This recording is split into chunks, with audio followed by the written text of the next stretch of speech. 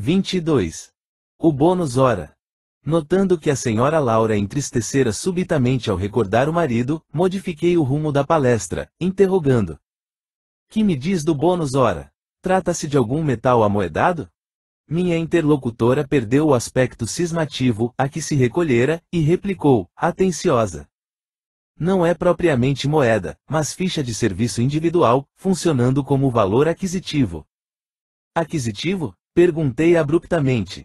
Explico-me, respondeu a bondosa senhora. Em nosso lar, a produção de vestuário e alimentação elementares pertence a todos em comum. Há serviços centrais de distribuição na governadoria e departamentos do mesmo trabalho nos ministérios. O celeiro fundamental é propriedade coletiva. Ante meu gesto silencioso de espanto, acentuou, todos cooperam no engrandecimento do patrimônio comum e dele vivem. Os que trabalham, porém, adquirem direitos justos. Cada habitante de nosso lar recebe provisões de pão e roupa, no que se refere ao estritamente necessário, mas os que se esforçam na obtenção do bônus hora conseguem certas prerrogativas na comunidade social. O espírito que ainda não trabalha, poderá ser abrigado aqui, no entanto, os que cooperem podem ter casa própria. O ocioso vestirá, sem dúvida, mas o operário dedicado vestirá o que melhor lhe pareça, compreendeu? Os inativos podem permanecer nos campos de repouso, ou nos parques de tratamento, favorecidos pela intercessão de amigos. Entretanto, as almas operosas conquistam o bônus hora e podem gozar a companhia de irmãos queridos, nos lugares consagrados ao entretenimento, ou o contato de orientadores sábios, nas diversas escolas dos ministérios em geral. Precisamos conhecer o preço de cada nota de melhoria e elevação. Cada um de nós, os que trabalhamos, deve dar, no mínimo, 8 horas de serviço útil, nas 24 de que o dia se constitui. Os programas de trabalho, porém, são numerosos e a governadoria permite 4 horas de esforço extraordinário, aos que desejem colaborar no trabalho comum, de boa vontade. Desse modo, há muita gente que consegue 72 bônus hora, por semana, sem falar dos serviços sacrificiais, cuja remuneração é duplicada e, às vezes, triplicada. Mas, é esse o único título de remuneração? Perguntei. Sim, é o padrão de pagamento a todos os colaboradores da colônia, não só na administração, como também na obediência. Lembrando as organizações terrestres, indaguei, espantado. Todavia, como conciliar semelhante padrão com a natureza do serviço? O administrador ganhará 8 bônus hora na atividade normal do dia, e o operário do transporte receberá a mesma coisa?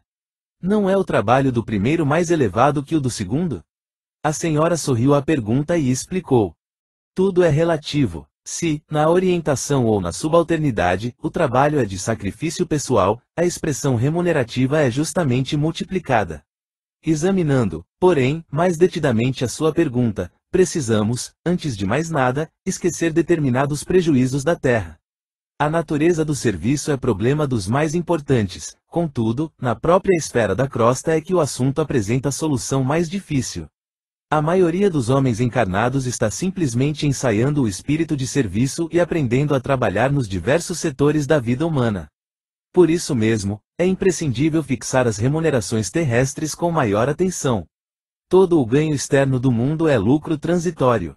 Vemos trabalhadores obcecados pela questão de ganhar, transmitindo fortunas vultosas à inconsciência e à dissipação, outros amontoam expressões bancárias que lhes servem de martírio pessoal e de ruína à família. Por outro lado, é indispensável considerar que 70% dos administradores terrenos não pesam os deveres morais que lhes competem e que a mesma porcentagem pode ser adjudicada a quantos foram chamados à subordinação. Vivem, quase todos, a confessar ausência do impulso vacacional, recebendo embora os proventos comuns aos cargos que ocupam. Governos e empresas pagam a médicos que se entregam à exploração de interesses outros e a operários que matam o tempo. Onde, aí, a natureza de serviço? Há técnicos de indústria econômica que nunca prezaram integralmente a obrigação que lhes assiste, e valem-se de leis magnânimas, à maneira de moscas venenosas no pão sagrado, exigindo abonos, facilidades e aposentadorias. Creia, porém, que todos pagarão muito caro a displicência. Parece ainda distante o tempo em que os institutos sociais poderão determinar a qualidade de serviço dos homens, porque, para o plano espiritual superior, não se especificará teor de trabalho, sem a consideração dos valores morais dispendidos. Essas palavras despertavam-me para concepções novas. Percebendo-me a sede de instrução, a interlocutora continuou. O verdadeiro ganho da criatura é de natureza espiritual e o bônus ora, em nossa organização, modifica-se em valor substancial, segundo a natureza dos nossos serviços. No Ministério da Regeneração, temos o bônus ora regeneração, no Ministério do Esclarecimento, o bônus ora esclarecimento, e assim por diante. Ora, examinando o provento espiritual, é razoável que a documentação de trabalho revele a essência do serviço. As aquisições fundamentais constituem-se de experiência, educação, enriquecimento de bênçãos divinas, extensão de possibilidades. Nesse prisma, os fatores assiduidade e dedicação representam, aqui, quase tudo. Em geral, em nossa cidade de transição, a maioria prepara-se com vistas à necessidade de regresso aos círculos carnais. Examinando esse princípio, é natural que o homem que empregou 5.000 horas, em serviços regeneradores, tenha efetuado esforço sublime, a benefício de si mesmo, o que despendeu 6.000 horas de atividade, no Ministério do Esclarecimento, estará mais sábio. Poderemos gastar os bônus hora conquistados, entretanto, é mais valioso ainda o registro individual da contagem de tempo de serviço útil, que nos confere direito a preciosos títulos. Semelhantes instruções interessavam-me profundamente. Poderemos, porém, gastar nossos bônus hora a favor dos amigos? Indaguei curioso. Perfeitamente, disse ela, poderemos repartir as bênçãos de nosso esforço com quem nos aprouver. Isto é direito inalienável do trabalhador fiel. Contam-se por milhares as pessoas favorecidas em nosso lar, pela movimentação da amizade e do estímulo fraternal. A essa altura, a genitora de Lísia sorriu e observou: quanto maior a contagem do nosso tempo de trabalho, maiores intercessões podemos fazer. Compreendemos, aqui, que nada existe sem preço e que para receber é indispensável dar alguma coisa. Pedir, portanto, é ocorrência muito significativa na existência de cada um. Somente poderão rogar providências e dispensar obséquio os portadores de títulos adequados, entendeu? E o problema da herança? Inquiri de repente. Não temos aqui demasiadas complicações, respondeu a senhora Laura, sorrindo. Vejamos, por exemplo, o meu caso. Aproxima-se o tempo do meu regresso aos planos da crosta. Tenho comigo 3.000 bônus hora auxílio, no meu quadro de economia pessoal. Não posso legá-los à minha filha que está a chegar, porque esses valores serão revertidos ao patrimônio comum, permanecendo minha família apenas com o direito de herança ao lar. No entanto, minha ficha de serviço autoriza-me a interceder por ela e preparar-lhe aqui trabalho e concurso amigo, assegurando-me, igualmente, o valioso auxílio das organizações de nossa colônia espiritual, durante minha permanência nos círculos carnais. Nesse cômputo, deixo de referir-me ao lucro maravilhoso que adquiri no capítulo da experiência, nos anos de cooperação no Ministério do Auxílio. Volto à Terra, investida de valores mais altos e demonstrando qualidades mais nobres de preparação ao êxito desejado. Ia prorromper em exclamações admirativas, referentes ao processo simples de ganhar, aproveitar, cooperar e servir, confrontando aquelas soluções com os princípios imperantes no planeta, mas um brando burburinho aproximou-se da casa.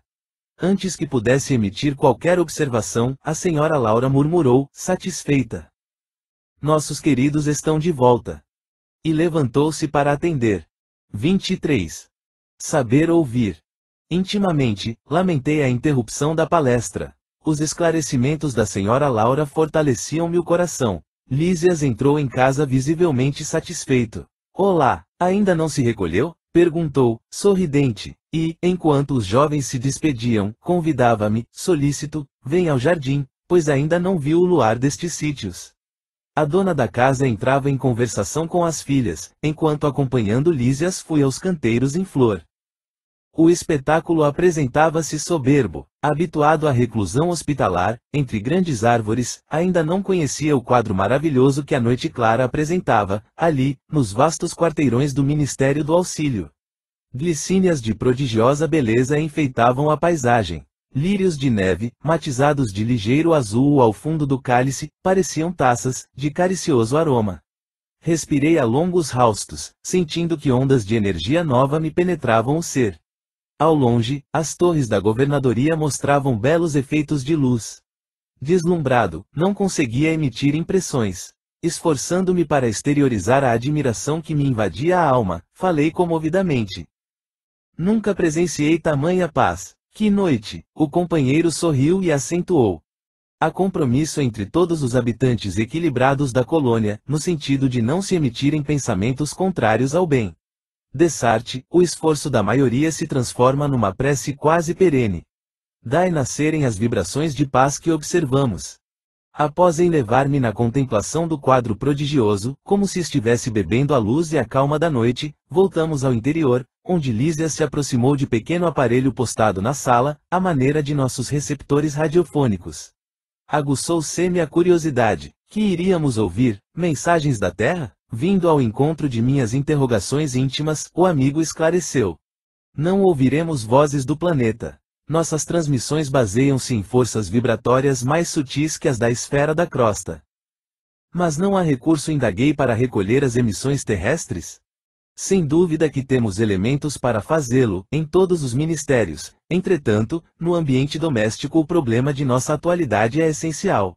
A programação do serviço necessário, as notas da espiritualidade superior e os ensinamentos elevados vivem, agora, para nós outros, muito acima de qualquer cogitação terrestre.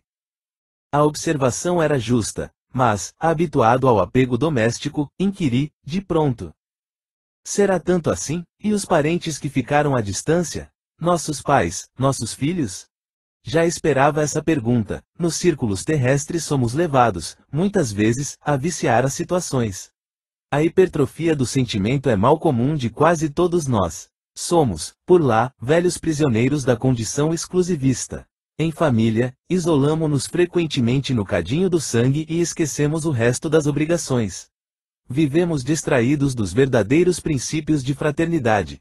Ensinamo-los a todo mundo, mas, em geral, chegado o momento do testemunho, somos solidários apenas com os nossos. Aqui, porém, meu amigo, a medalha da vida apresenta a outra face. É preciso curar nossas velhas enfermidades e sanar injustiças. No início da colônia, todas as moradias, ao que sabemos, ligavam-se com os núcleos de evolução terrestre. Ninguém suportava a ausência de notícias da parentela comum.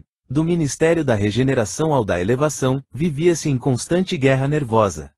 Boatos assustadores perturbavam as atividades em geral. Mas, precisamente há 2 séculos, um dos generosos ministros da União Divina compelia a governadoria a melhorar a situação. O ex-governador era talvez demasiadamente tolerante. A bondade desviada provoca indisciplinas e quedas. E, de quando em quando, as notícias dos afeiçoados terrestres punham muitas famílias em polvorosa. Os desastres coletivos no mundo, quando interessassem algumas entidades em nosso lar, eram aqui verdadeiras calamidades públicas. Segundo nosso arquivo, a cidade era mais um departamento do umbral, que propriamente zona de refazimento e instrução. Amparado pela União Divina, o governador proibiu o intercâmbio generalizado. Houve luta. Mas o ministro generoso, que incrementou a medida, valeu-se do ensinamento de Jesus que manda os mortos enterrarem seus mortos e a inovação se tornou vitoriosa em pouco tempo. Entretanto, objetei, seria interessante colher notícias dos nossos amados em trânsito na Terra. Não daria isso mais tranquilidade à alma? Lísias, que permanecia junto ao receptor, sem ligá-lo, como interessado em me fornecer explicações mais amplas, acrescentou. Observe a si mesmo, a fim de ver se valeria a pena. Está preparado, por exemplo, para manter a precisa serenidade, esperando com fé e agindo com os preceitos divinos, em sabendo que um filho de seu coração está caluniado ou caluniando. Se alguém o informasse, agora, de que um dos seus irmãos consanguíneos foi hoje encarcerado como criminoso, teria bastante força para conservar-se tranquilão? Sorri, desapontado. Não devemos procurar notícias dos planos inferiores, prosseguiu, solícito senão para levar auxílios justos. Convenhamos, porém, que a criatura alguma auxiliará com justiça, experimentando desequilíbrios do sentimento e do raciocínio. Por isso, é indispensável a preparação conveniente, antes de novos contatos com os parentes terrenos. Se eles oferecessem campo adequado ao amor espiritual, o intercâmbio seria desejável, mas esmagadora porcentagem de encarnados não alcançou, ainda, nem mesmo o domínio próprio e vive às tontas, nos altos e baixos das flutuações de ordem material. Precisamos, embora as dificuldades sentimentais, evitar a queda nos círculos vibratórios inferiores. Contudo, evidenciando minha teimosia caprichosa, indaguei: mas, Lísias, você que tem um amigo encarnado, qual seu pai, não gostaria de comunicar-se com ele? Sem dúvida, respondeu bondosamente, quando merecemos essa alegria, visitamo-lo em sua nova forma, verificando-se o mesmo, quando se trata de qualquer expressão de intercâmbio entre ele e nós. Não devemos esquecer, entretanto, que somos criaturas falíveis. Necessitamos, pois, recorrer aos órgãos competentes, que determinem a oportunidade ou o merecimento exigidos. Para esse fim, temos o Ministério da Comunicação. Acresce notar que, da esfera superior, é possível descer à inferior com mais facilidade. Existem, contudo, certas leis que mandam compreender devidamente os que se encontram nas zonas mais baixas. É tão importante saber falar como saber ouvir. Nosso lar vivia em perturbações porque, não sabendo ouvir, não podia auxiliar com êxito e a colônia transformava-se, frequentemente, em campo de confusão. Calei-me vencido pelo argumento ponderoso. E, enquanto me conservava em silêncio, o enfermeiro amigo abriu o controle de recepção sob meus olhos curiosos. 24. O impressionante apelo. Ligado o receptor, suave melodia derramou-se no ambiente, embalando-nos em harmoniosa sonoridade, vendo-se no espelho da televisão a figura do locutor, no gabinete de trabalho. Daí a instantes, começou ele a falar. Emissora do posto 2, de Moradia. Continuamos a irradiar o apelo da colônia, em benefício da paz na Terra. Concitamos os colaboradores de bom ânimo a congregar energias no serviço de preservação do equilíbrio moral nas esferas do globo. Ajudai-nos, quantos puderem ceder algumas horas de cooperação nas zonas de trabalho que ligam as forças obscuras do umbral à mente humana. Negras falanges da ignorância, depois de espalharem os fachos incendiários da guerra na Ásia, cercam as nações europeias, impulsionando-as a novos crimes. Nosso núcleo, junto aos demais que se consagram ao trabalho de higiene espiritual, nos círculos mais próximos da crosta, denuncia esses movimentos dos poderes concentrados do mal, pedindo concurso fraterno e auxílio possível. Lembrai-vos de que a paz necessita de trabalhadores de defesa. Colaborai conosco na medida de vossas forças. Há serviço para todos, desde os campos da crosta às nossas portas. Que o Senhor nos abençoe. Interrompeu-se a voz, ouvindo-se divina música, novamente. A inflexão do estranho convite abalara-me as fibras mais íntimas. Veio Lísias em meu socorro, explicando. Estamos ouvindo, Moradia, velha colônia de serviços muito ligada às zonas inferiores. Como sabe, estamos em agosto de 1939. Seus últimos sofrimentos pessoais não lhe deram tempo para ponderar sobre a angustiosa situação do mundo, mas posso afiançar que as nações do planeta se encontram na iminência de tremendas batalhas. Que diz? Indaguei, aterrado, pois não bastou o sangue da última grande guerra? Lísia sorriu, fixando em mim os olhos brilhantes e profundos, como a lastimar em silêncio a gravidade da hora humana. Pela primeira vez o enfermeiro amigo não me respondeu. Seu mutismo constrangera-me. Assombrava-me, sobretudo, a imensidade dos serviços espirituais nos planos de vida nova a que me recolhera. Pois havia cidades de espíritos generosos, suplicando socorro e cooperação. Apresentara-se a voz do locutor com entonação de verdadeiro SOS, vira-lhe a fisionomia abatida, no espelho da televisão. Demonstrava ansiedade profunda nos olhos inquietos. E a linguagem, ouvira-lhe nitidamente o idioma português, claro e correto. Julgava que todas as colônias espirituais se intercomunicassem pelas vibrações do pensamento. Havia, ainda ali, tão grande dificuldade no capítulo do intercâmbio? Identificando-me as perplexidades, Lísias esclareceu. Estamos ainda muito longe das regiões ideais da mente pura. Tal como na Terra, os que se afinam perfeitamente entre si podem permutar pensamentos, sem as barreiras idiomáticas, mas, de modo geral, não podemos prescindir da forma, no lato sentido da expressão. Nosso campo de lutas é imensurável. A humanidade terrestre, constituída de milhões de seres, une-se à humanidade invisível do planeta, que integra muitos bilhões de criaturas. Não seria, portanto, possível atingir as zonas aperfeiçoadas, logo após a morte do corpo físico. Os patrimônios nacionais e linguísticos remanescem ainda aqui, condicionados a fronteiras psíquicas. Nos mais diversos setores de nossa atividade espiritual existe elevado número de espíritos libertos de todas as limitações, mas insta considerar que a regra é sofrer-se dessas restrições. Nada enganará o princípio de sequência, imperante nas leis evolutivas. Nesse ínterim, interrompia-se a música, voltando o locutor, emissora do posto 2, de moradia. Continuamos a irradiar o apelo da colônia em benefício da paz na Terra. Nevoeiros pesados amontoam-se ao longo dos céus da Europa. Forças tenebrosas do umbral penetram em todas as direções, respondendo ao apelo das tendências mesquinhas do homem. Há muitos benfeitores devotados, lutando com sacrifícios em favor da concórdia internacional, nos gabinetes políticos. Alguns governos, no entanto, se encontram excessivamente centralizados, oferecendo escassas possibilidades à colaboração de natureza espiritual. Sem órgãos de ponderação e conselho desapaixonado, caminham esses países para uma guerra de grandes proporções. Irmãos muito amados, dos núcleos superiores, auxiliemos a preservação da tranquilidade humana. Defendamos os séculos de experiência de numerosas pátrias-mães da civilização ocidental. Que o Senhor nos abençoe. Calou-se o locutor e voltaram as cariciosas melodias. O enfermeiro permaneceu em silêncio, que não ousei interromper. Após 5 minutos de harmonia repousante, a mesma voz se fez novamente ouvir. Emissora do posto 2, de moradia. Continuamos a irradiar o apelo da colônia em benefício da paz na Terra.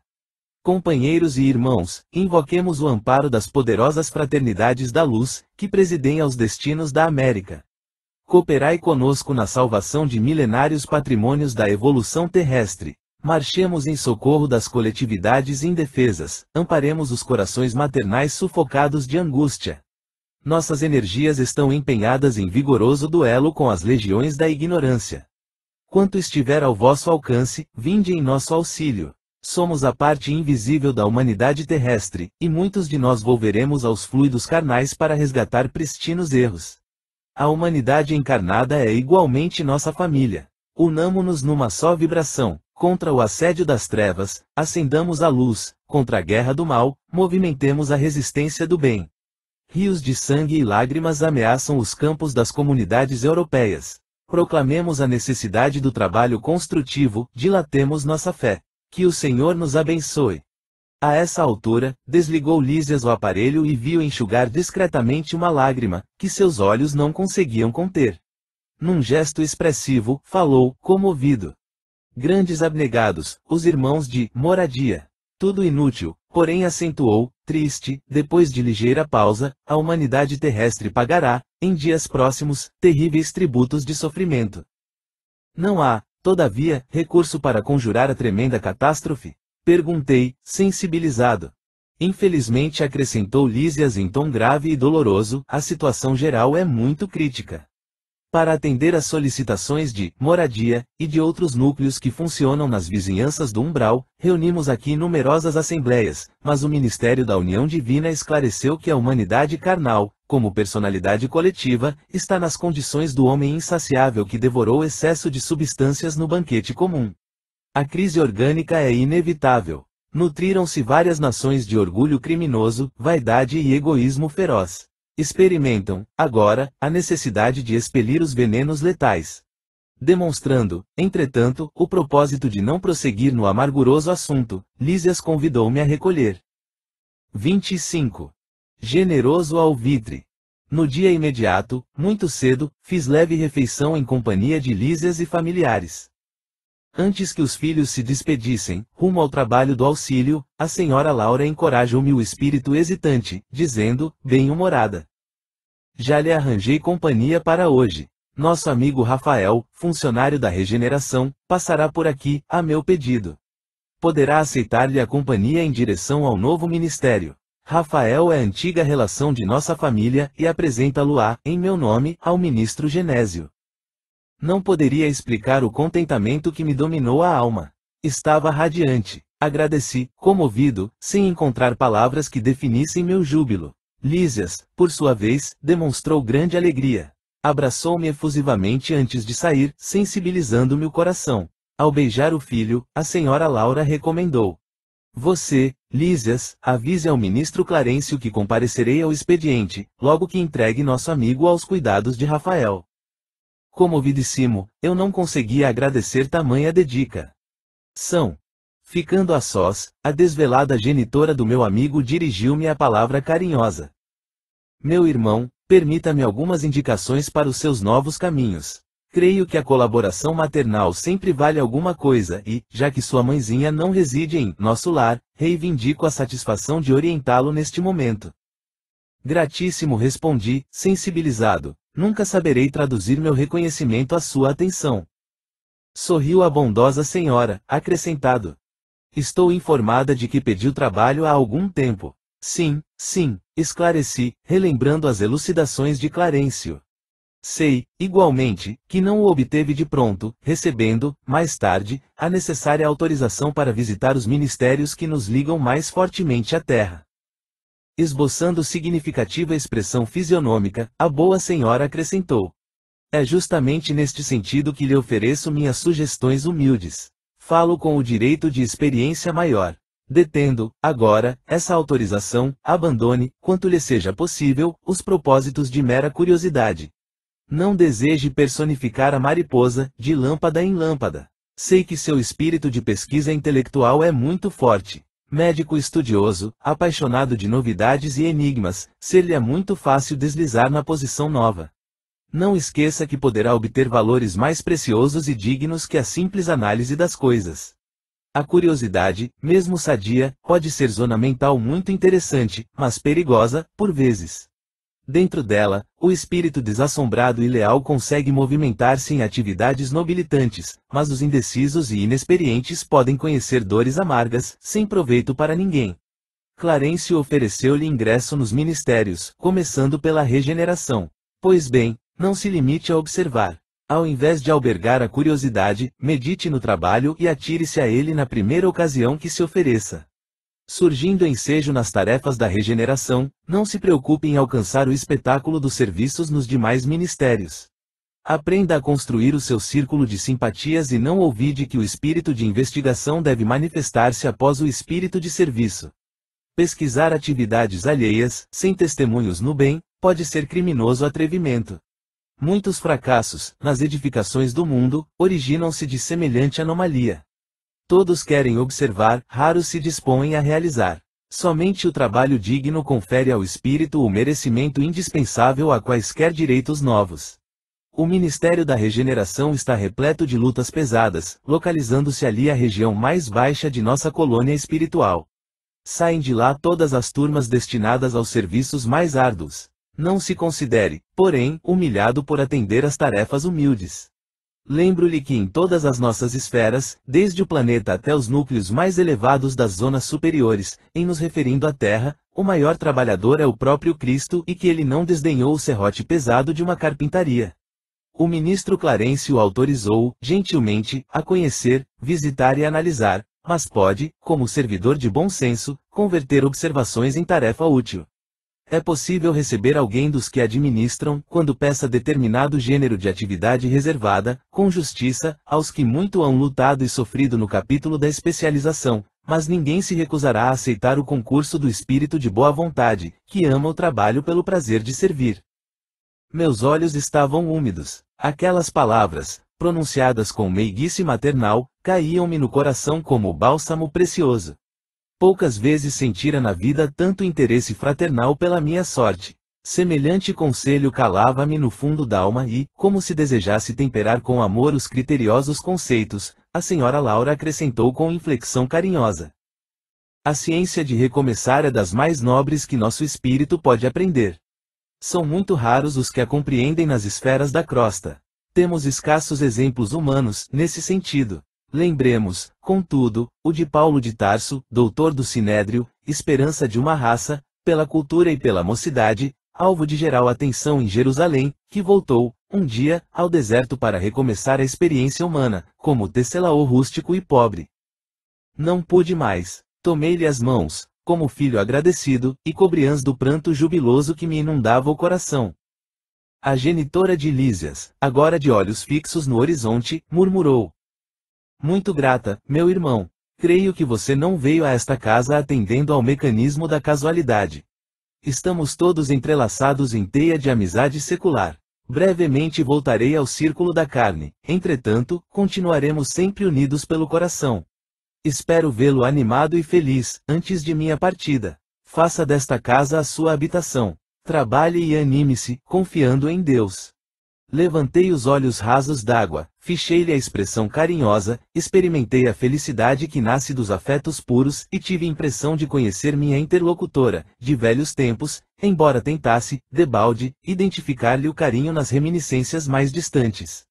Quis beijá-la muitas vezes, com o enternecimento filial do coração, mas, nesse instante, alguém bateu à porta. Fitou-me a senhora Laura, mostrando indefinível ternura maternal e falou: "É Rafael que vem buscá-lo. Vá, meu amigo, pensando em Jesus. Trabalhe para o bem dos outros, para que possa encontrar seu próprio bem." 26. Novas perspectivas. Ponderando as sugestões carinhosas e sábias da mãe de Lísias, acompanhei Rafael, convicto de que iria, não às visitas de observações, mas ao aprendizado e serviço útil. Anotava, surpreso, os magníficos aspectos da nova região, rumo ao local onde me aguardava o ministro Genésio. Contudo, seguia Rafael, em silêncio, estranho agora ao prazer das muitas indagações.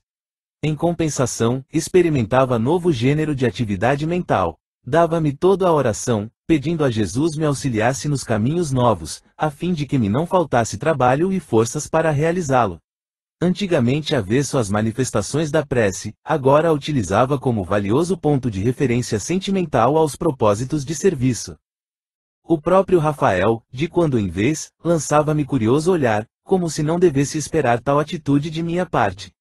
Deixou-nos o aeróbus à frente de espaçoso edifício. Descemos, calados. Em poucos minutos, achava-me diante do respeitável Genésio, um velhinho simpático, cujo semblante revelava, entretanto, singular energia. Rafael apresentou-me fraternalmente. "Ah, sim", disse o generoso ministro, "é o nosso irmão An. Dr. é acento agudo?" "Para servi-lo", respondi. "Tenho notificação de Laura, referente à sua vinda. Fique à vontade." Nesse ínterim, o companheiro aproximou-se respeitosamente e despediu-se, abraçando-me em seguida. Rafael era esperado com urgência no setor de tarefas a seu cargo. Fixando em mim os olhos muito lúcidos, Genésio começou a dizer: "Clarencio falou-me a seu respeito, com interesse. Quase sempre recebemos pessoal do Ministério do Auxílio, em visita de observações que, na sua maior parte, redundam em estágios de serviço." Compreendi a sutil alusão e obtemperei. "Este o meu maior desejo. Tenho mesmo suplicado às forças divinas que me ajudem o espírito frágil, permitindo seja convertida a minha permanência, neste ministério, em estação de aprendizado." Genésio parecia comovido com as minhas palavras e, valendo-me das inspirações que me inclinavam à humildade, roguei, de olhos úmidos: "Senhor ministro, compreendo agora que minha passagem pelo Ministério do Auxílio se verificou por efeito da graça misericordiosa do Altíssimo, talvez devido à constante intercessão de minha devotada e santa mãe. Noto, porém, que somente venho recebendo benefícios, sem nada produzir de útil. Certo, meu lugar é aqui, nas atividades regeneradoras. Se possível, faça, por obséquio, seja transformada a concessão de visitar em possibilidade de servir. Compreendo hoje, mais que nunca, a necessidade de regenerar meus próprios valores. Perdi muito tempo na vaidade inútil, fiz enormes gastos de energia na ridícula adoração de mim mesmo." Satisfeito, notava ele, no fundo de meu coração, a sinceridade viva. Quando eu recorrer ao ministro Clarencio, não estava ainda bastante consciente do que pedia. Queria serviço, mas talvez não desejasse servir. Não entendia o valor do tempo, nem enxergava as bênçãos santificantes da oportunidade. No fundo, era o desejo de continuar a ser o que tinha sido até então um médico orgulhoso e respeitado, cego nas pretensões descabidas do egotismo em que vivia, encarcerado nas opiniões próprias. No entanto, agora, diante do que vira e ouvira, compreendendo a responsabilidade de cada filho de Deus na obra infinita da criação, punha nos lábios quanto possuía de melhor. Era sincero, enfim, não me preocupava o gênero de tarefa, procurava o conteúdo sublime do espírito de serviço. O velhinho fitou-me, surpreendido, e perguntou: é mesmo você o ex-médico? Sim, murmurei, acanhado. Genésio calou por momentos, como buscando resolução para o caso, dizendo: então. Louvo seus propósitos e peço igualmente ao Senhor o conserve nessa posição digna. E, como que preocupado em levantar-me o ânimo e acender-me no espírito novas esperanças, acentuou: quando o discípulo está preparado, o Pai envia o instrutor. O mesmo se dá, relativamente ao trabalho. Quando o servidor está pronto, o serviço aparece. O meu amigo tem recebido enormes recursos da providência. Está bem disposto à colaboração, compreende a responsabilidade, aceita o dever. Tal atitude é sumamente favorável à concretização dos seus desejos. Nos círculos carnais, costumamos felicitar um homem quando ele atinge prosperidade financeira ou excelente figuração externa. Entretanto, aqui a situação é diferente. Estima-se a compreensão, o esforço próprio, a humildade sincera. Identificando-me a ansiedade, concluiu: é possível obter ocupações justas. Por enquanto, porém, é preferível que visite, observe, examine. E logo, ligando-se ao gabinete próximo, falou em voz alta: solicito a presença de Tobias, antes que se dirija às câmaras de retificação. Não se passaram muitos minutos e assomou à porta um senhor de maneiras desembaraçadas. Tobias explicou Genésio, atencioso: aqui tem um amigo que vem do Ministério do Auxílio, em tarefa de observação.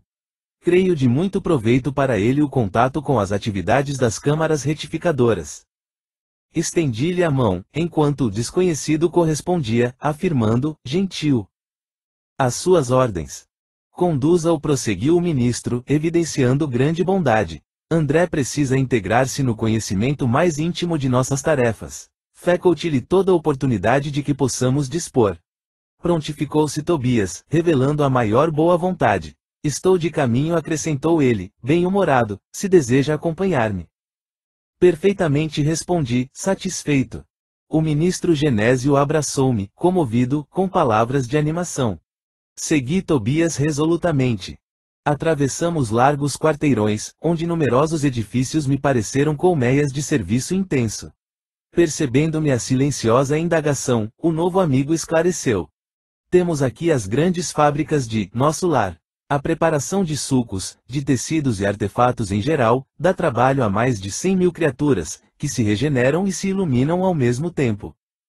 Daí a momentos, penetramos num edifício de aspecto nobre. Servidores numerosos iam e vinham. Depois de extensos corredores, deparou-se-nos vastíssima escadaria, comunicando com os pavimentos inferiores. Desçamos, disse Tobias em tom grave. E notando minha estranheza, explicou, solícito. As câmaras de retificação estão localizadas nas vizinhanças do umbral. Os necessitados que aí se reúnem não toleram as luzes, nem a atmosfera de cima, nos primeiros tempos de moradia em nosso lar. 27. O trabalho, enfim. Nunca poderia imaginar o quadro que se desenhava agora aos meus olhos. Não era bem o hospital de sangue, nem o Instituto de Tratamento Normal da Saúde Orgânica.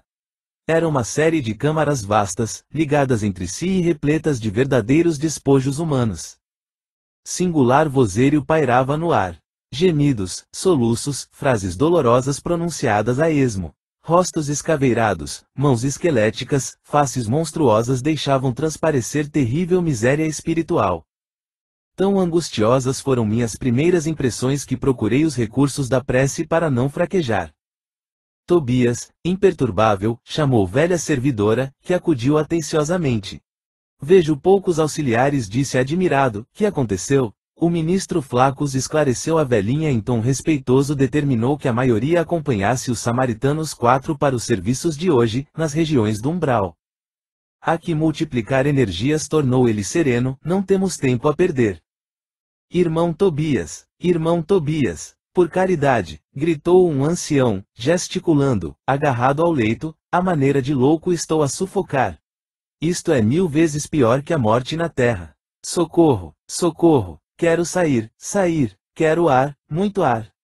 4 Organização de Espíritos Benfeitores em Nosso Lar. Nota do autor espiritual.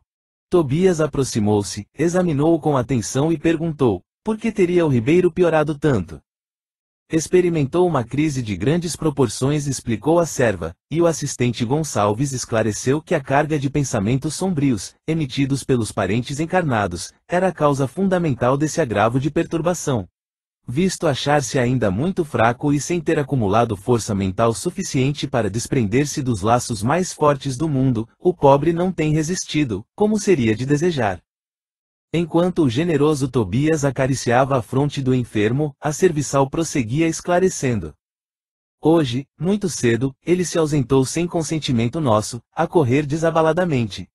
Gritava que lhe exigiam a presença no lar, que não podia esquecer a esposa e os filhos chorosos, que era crueldade retê-lo aqui, distante do lar.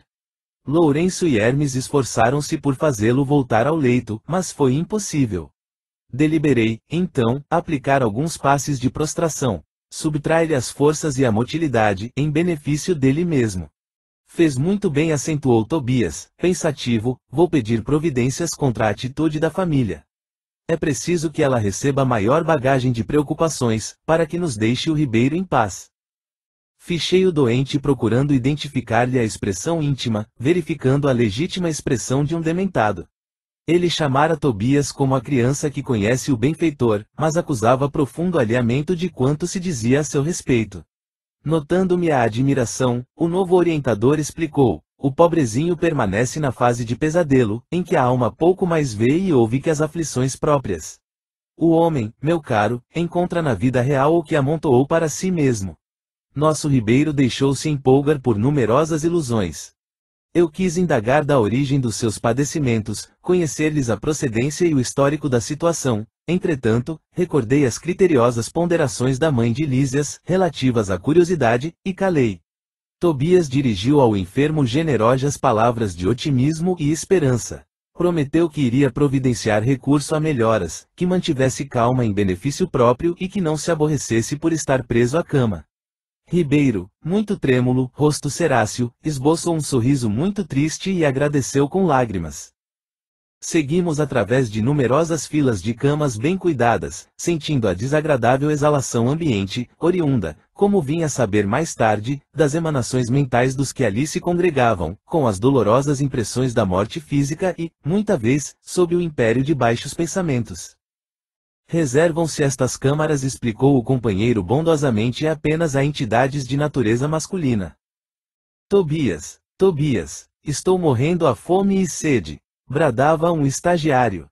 Socorro, irmão, gritava outro. Por amor de Deus, não suporto mais, exclamava ainda outro. Coração alanceado ante o sofrimento de tantas criaturas, não contive a interrogação penosa. Meu amigo, como é triste a reunião de tantos sofredores e torturados. Por que este quadro angustioso? Tobias respondeu sem se perturbar.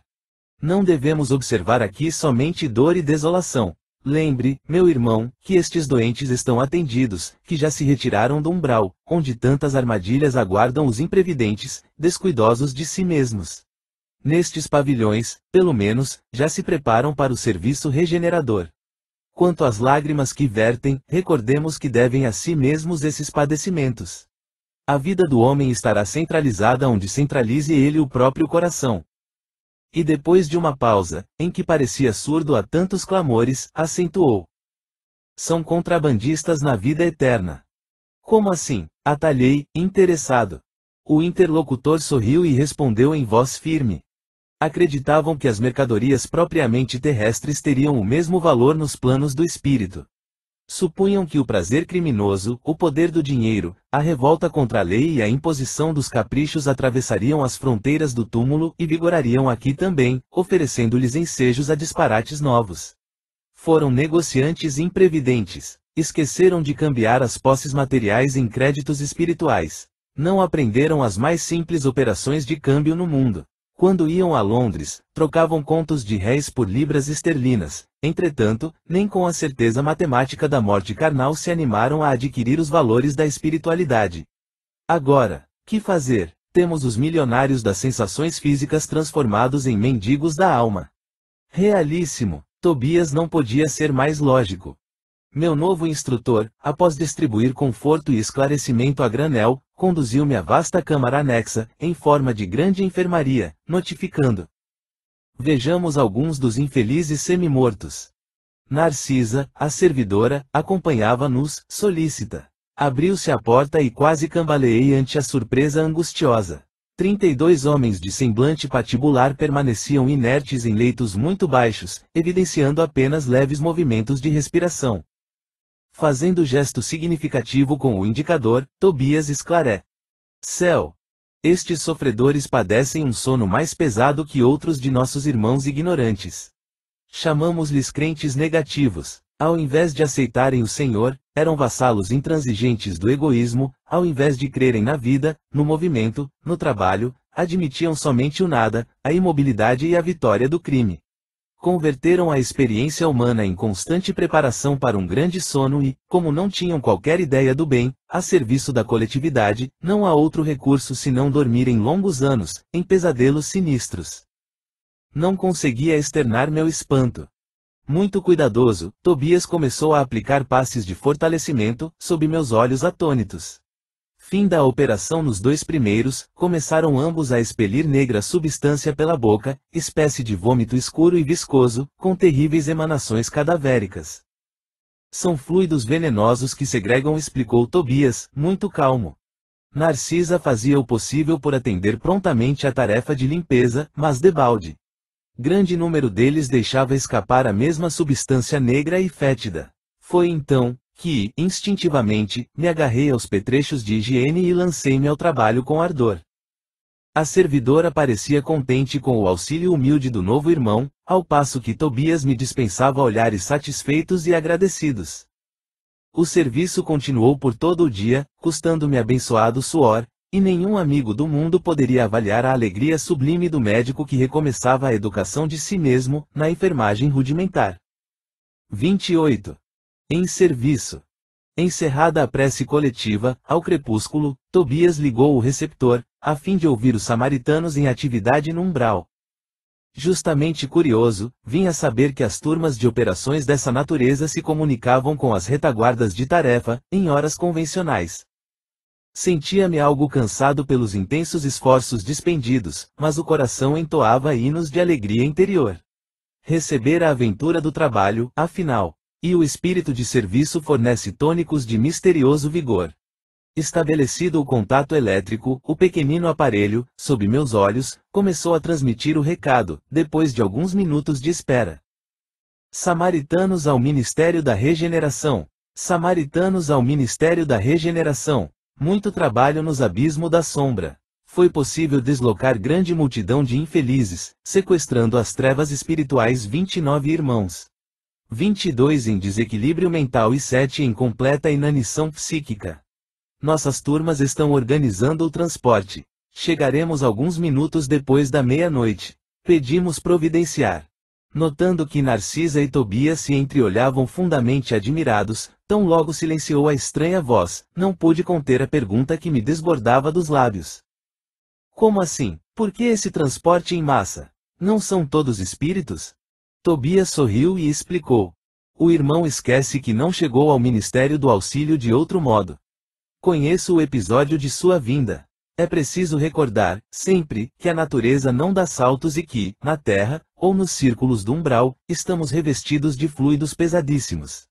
São aves e têm asas, tanto o avestruz como a andorinha, entretanto, o primeiro apenas subirá às alturas se transportado, enquanto a segunda corta, celere, as vastas regiões do céu. E deixando perceber que o momento não comportava divagações, dirigiu-se a Narcisa, ponderando. É muito grande a leva desta noite. Precisamos tomar providências imediatas. Serão necessários muitos leitos, murmurou a serva algo pesarrosa. Não se aflija, respondeu Tobias resoluto, alojaremos os perturbados no pavilhão 7 e os enfraquecidos na câmara 33. Em seguida, levou a destra à fronte, como a ponderar algo muito sério, e exclamou. Resolveremos facilmente a questão da hospitalidade, o mesmo, porém, não se dará no concernente à assistência. Nossos auxiliares mais fortes foram requisitados para garantir os serviços da comunicação nas esferas da crosta, em vista das nuvens de treva que ora envolvem o mundo dos encarnados. Precisamos de pessoal de serviço noturno, porquanto os operários em função com os samaritanos chegarão extremamente fatigados. Ofereço-me, com prazer, para o que possa aproveitar, exclamei espontaneamente. Tobias endereçou-me um olhar de profunda simpatia, mesclada de gratidão, fazendo-me experimentar cariciosa alegria íntima. Mas está resolvido a permanecer nas câmaras, durante a noite? Perguntou, admirado. Outros não fazem o mesmo? Indaguei por minha vez. Sinto-me disposto e forte, preciso recuperar o tempo perdido. Abraçou-me o generoso amigo, acrescentado. Pois bem, aceito confiante a colaboração. Narcisa e os demais companheiros ficarão também de guarda. Além do mais, mandarei Venâncio e Salústio, 2 irmãos de minha confiança. Não posso permanecer aqui, de plantão noturno, em vista de compromissos anteriores. No entanto, caso necessário, você ou algum dos nossos me comunicará qualquer ocorrência de maior gravidade. Traçarei o plano dos trabalhos, facilitando quanto possível a execução.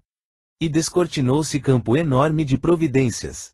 Enquanto 5 servidores operavam em companhia de Narcisa, preparando roupa adequada e petrechos de enfermagem, eu e Tobias movíamos pesado material no pavilhão 7 e na câmara 33. Não poderia explicar o que se passava comigo. Apesar da fadiga dos braços, experimentava júbilo inexcedível no coração.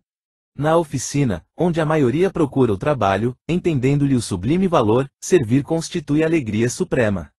Não pensava, francamente, na compensação dos bônus hora, nas recompensas imediatas que me pudessem advir do esforço. Contudo, minha satisfação era profunda, reconhecendo que poderia comparecer feliz e honrado, perante minha mãe e os benfeitores que havia encontrado no Ministério do Auxílio. Ao despedir-se, Tobias voltou a abraçar-me e falou: desejo a vocês muita paz de Jesus, boa noite e serviço útil. Amanhã, às 8 horas, você poderá descansar. O máximo de trabalho, cada dia, é de 12 horas, mas estamos em circunstâncias especiais.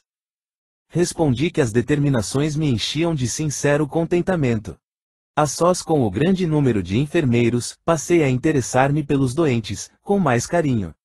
Dentre as figuras de auxiliares presentes, impressionou-me a bondade espontânea de Narcisa, que atendia a todos, maternalmente. Atraído pela sua generosidade, busquei aproximar-me com interesse. Não foi difícil alcançar o prazer de sua conversação carinhosa e simples. A velhinha amável semelhava-se a um livro sublime de bondade e sabedoria. Mas, a irmã aqui trabalha muito? Perguntei, a certa altura da palestra amistosa. Sim, permaneço nas câmaras de retificação, em serviço ativo, há 6 anos e alguns meses. Entretanto, ainda me faltam mais de 3 anos para realizar meus desejos. Ante a silenciosa indagação do meu olhar, falou Narcisa amavelmente. Preciso um endosso muito sério. Que quer dizer com isso? Perguntei interessado. Preciso encontrar alguns espíritos amados, na Terra, para serviços de elevação em conjunto.